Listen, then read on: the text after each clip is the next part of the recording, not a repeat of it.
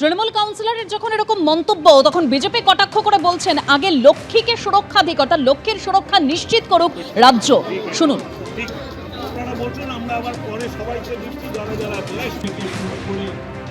আনন্দের ব্যাপার, আমরা তার জন্য ঘট বিলি করলাম যে আপনারা সেই টাকা দিয়ে খরচা করবেন, ঘটেও জমান এবং বছরের শেষে পুজোর সময় আপনারা এই পয়সায় আনন্দ করুন। বাচ্চাদের যারা গরিব মানুষ তাদের কাছে এই টাকাটা বিশাল টাকা। আর যারা বিরোধীরা দেখবেন সবাই টাকা নিক না, এটা ভোট কিসের জন্য কেনা হবে? এই টাকা তো আমি বিলি করলাম ওটা ঘটে ফেলার জন্য। আমি বিরোধীরা যদি এখানে ক্ষমতা আসে এই প্রথমে লক্ষ্মীর ভান্ডার বন্ধ করে দেবে, আর তারা ক্ষমতায় আসবে না। যারা ঠিক করেছেন যে বিজেপিকে ভোট দেবেন, ভোটটা দিয়ে নষ্ট করবেন না।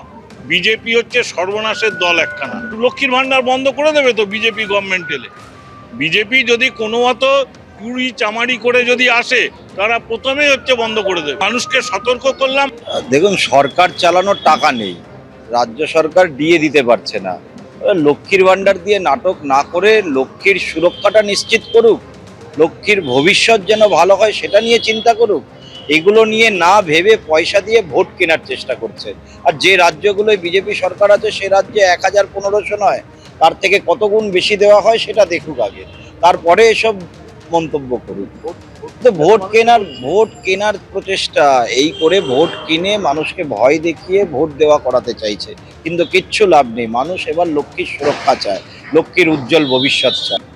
তৃণমূল কাউন্সিলর অর্থাৎ কামারহাটি পুরসভার 24 নম্বর ওয়ার্ডের তৃণমূল কাউন্সিলর তিনি বলছেন যে বিজেপি ক্ষমতায় এলে বন্ধ হবে লক্ষ্মীর ভান্ডার। আর তার এই মন্তব্যের পর বিতর্কও তৈরি হয়েছে। বিজেপিকে সর্বনাশের দল বলে আক্রমণ করেছেন তৃণমূল কাউন্সিলর। 24 নম্বর ওয়ার্ডের পৌরপিতা সম্মানীয় শ্রী বিমল সাহা মহাশয়, সেই ঘটনার ঐতিহাসিক সাক্ষী আমরা থাকতে মুহূর্ত যে লক্ষ্মীর ভান্ডারকে পশ্চিমবঙ্গের মুখ্যমন্ত্রী আপনারা বিজেপিকে ভোট দেবেন না, লক্ষ্মীর ভান্ডার বন্ধ করে দেবে। লক্ষ্মীর ভান্ডার বন্ধ করে দেবে। মনে রাখবেন, বিজেপি এলে লক্ষ্মীর ভান্ডারের 1,500 টাকা আর পাবেন না। বাংলার মুখ্যমন্ত্রী মমতা বন্দ্যোপাধ্যায়ের উপরে ভরসা রাখুন, আপনাদের দেখবেন আরো বেড়ে যাবে এরপরে টাকাটা। তৃণমূল কাউন্সিলরের যখন এরকম মন্তব্য তখন বিজেপি কটাক্ষ করে বলছেন আগে লক্ষ্মীকে সুরক্ষা দিক, অর্থাৎ লক্ষ্মীর সুরক্ষা নিশ্চিত করুক রাজ্য। শুনুন। আপনারা বলছেন, আমরা আবার পরে সবাইকে দিচ্ছি যারা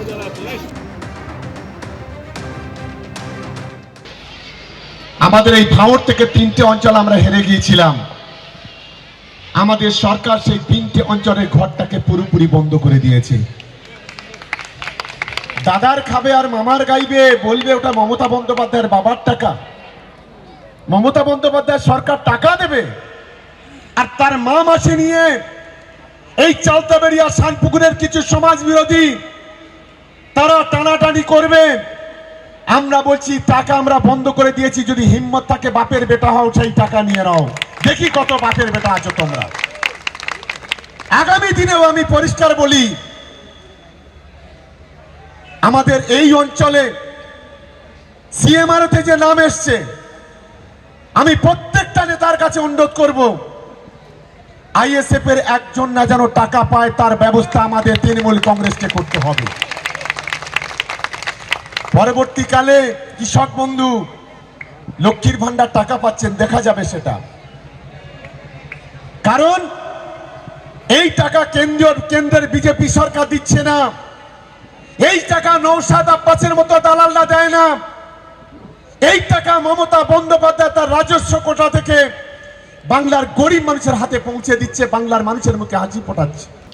এটা গুন্ডাদের ভাষার মতো কথাও তো গুন্ডা, এটা আমি বলিনি, পুলিশ মন্ত্রী নিজে বলেছেন।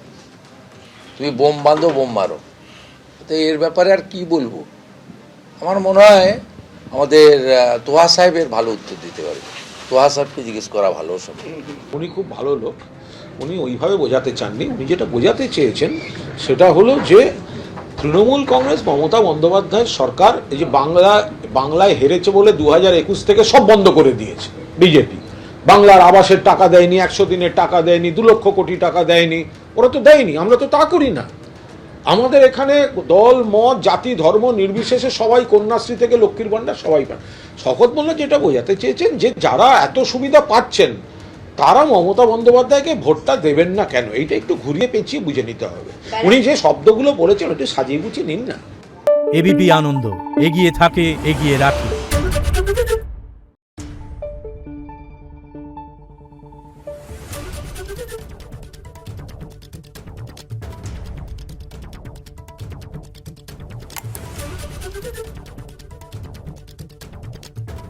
Thank you.